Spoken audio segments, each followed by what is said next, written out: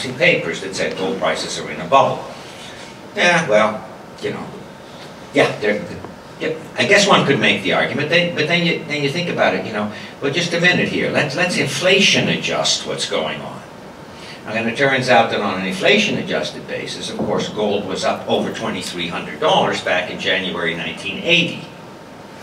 Okay, so we haven't got to that point. One of my forecasts that has no date to it is that gold will take out its 1980 high on an inflation-adjusted basis. So in other words, we're going to go over this long cycle beyond 2,300. But, you know, I'm not smart enough to know when. This is the total financial assets in the world. It's about 117 trillion. This is post-crash, of course.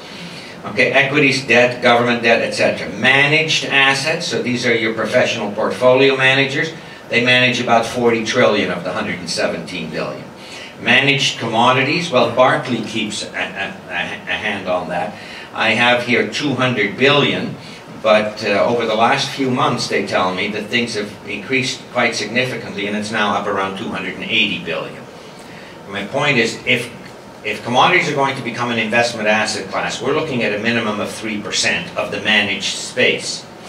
3% of 40 trillion is 1.2 trillion, so I think that this thing has a factor of 5 or 6 to go. Okay, that's not going to happen tomorrow, but it's going to happen over time. The number of years between peaks and troughs are many. The shortest cycle in copper is 16 years. It was a down cycle. We are now only in the 9th year of this cycle. You cannot convince me that this is going to be the shortest cycle on record.